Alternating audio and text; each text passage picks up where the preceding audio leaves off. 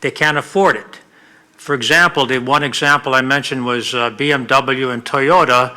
They're working and sharing cost and knowledge on batteries for cars. And of course, if they achieve what they're trying to do, they'll have their comparative advantage by their brand names, how they put it together, and so forth and so on. But you can see with Heinz and Coca-Cola looking at sustainable containers. You even have Reeboks and Marvel from superheroes. I mean, it goes across the whole area of life. So that's the new strategy that I'm beginning to see emerge. Not that the old strategies aren't going to continue, because Bro is trying to define innovation, and it's like trying to walking down a street in Rome and wondering, I got 23 flavors of gelato, which one do I pick? Well, they're all good. And so innovation is as multifaceted as the colors of the ice cream or rainbow. But let me go on. I want to conclude my remarks by a couple of things. In teaching, I've learned a long time ago that students don't remember 95% of what you told them. They forget as soon as they leave. So I'm going to leave you with a couple one-liners, and hopefully some of these may or may not stick with you. But it was Gandhi who said, live today like you're going to die tomorrow. And I'll paraphrase his other one. He says, learn today like you're going to live forever. And I say, innovate today like you're going to live forever. The other one is that most ideas happen at the convergence of boundaries, and our whole university system is all stovepiped and siloed. Most discoveries happen when people cross into an uncomfortable boundary from biochemistry, math, anthropology with the scientists. All sorts of exciting things happen. And I don't see that much. Unfortunately, the university system, they talk about helixes and all that, but they still stick in their silos. We have departments, faculties that specialize.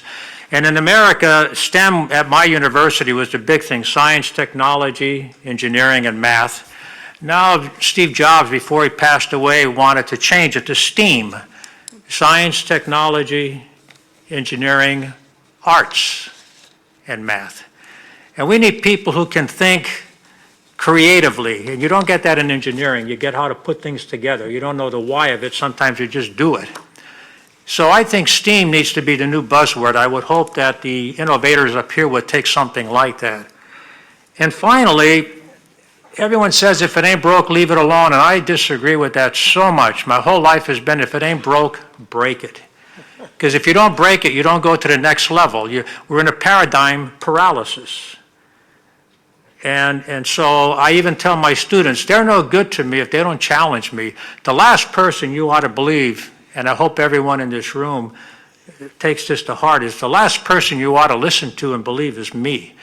You need to go out and be curious and search on your own and challenge it. Because if we put it in a textbook, and we always show a book, but if it's in a book somehow it's right, well, that's wrong.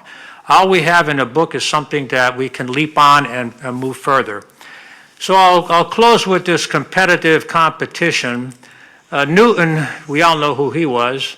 He said, I could see further because I stood on the shoulders of giants. And he was acknowledging that his great discoveries weren't his own. It was because of his collaboration, not physically, but in the virtual world in those days. He read books. And now we have a new virtual world with Google and Facebook to collaborate and also to search knowledge here. So if you're talking about new strategies, if you hear the word competitive collaboration, it's an oxymoron like jumbo shrimp or something like that, but that's what everyone is going to who's smart. Not that you don't continue the other ways, the crazy inventors, those who like patents, those who disregard them. And I frankly took Uber here, and I tell you what, hooray for Uber. I tell you what, they're cool. They are defying and breaking the paradigm. So that's my, whatever you want to call it. I'm going back to Bahrain for 3 more months, but I'm taking some of your weather with me, okay? Okay. Thank you. Oh, by the way, my one view graph is online, I think, but the last one I wanted to show was, I don't believe in luck, I rely on it, and I think when you talk about innovation, it's all about luck. Okay, thank you. You actually, Michael, you still have 4 minutes left. Well, I know I do, but listen, when you put me on after lunch, I know better. I mean, I want these people to like me, you know? You could auction it. Pardon? You could auction it. Put it on eBay. No, someone will always speak more than they're allotted time. That's so true. they have it. Yeah. Just quickly, you're talking about Newton. There's so many things to pick up on that, as in all the presentations. But he was living at a time when, of course, all the knowledge which was available was written down and could be read and known about. All the knowledge which is acceptable knowledge, of course, right? Well, the tragedy was that he almost didn't publish his Principia Precisely, Mathematica. yeah. But what people don't know is Newton was okay, but who made him famous was a woman, Emily du Châtelet, who was the mistress of Voltaire. And she at night, because she was a woman, couldn't do it in the daytime, but she basically operationalized his theories. Now that's where the money is. So if you want to read a great book, it's called Passions of the Mind. And for those women in particular, I think you'll find a great hero there. Okay, I mean, the point I was going to make, that anecdote was very good, thank you, was that, of course, today things are different. I mean, we just can't count the information or the data out there, and it's increasing all the time. There's no way that one person, like Newton could actually encompass all there was to know in a particular area. And that obviously is one of the soils or the oils, whatever you want, metaphor you want to use, of innovation, of course. So, Actually, that directly relates to a fact. Earlier, you could be analytic. You could make precise models. You could predict, but we can't do anymore. We can have qualified guesses as its best, and then plenty of experiments to see whether we are at all on the right track or not. Thank you, Michael.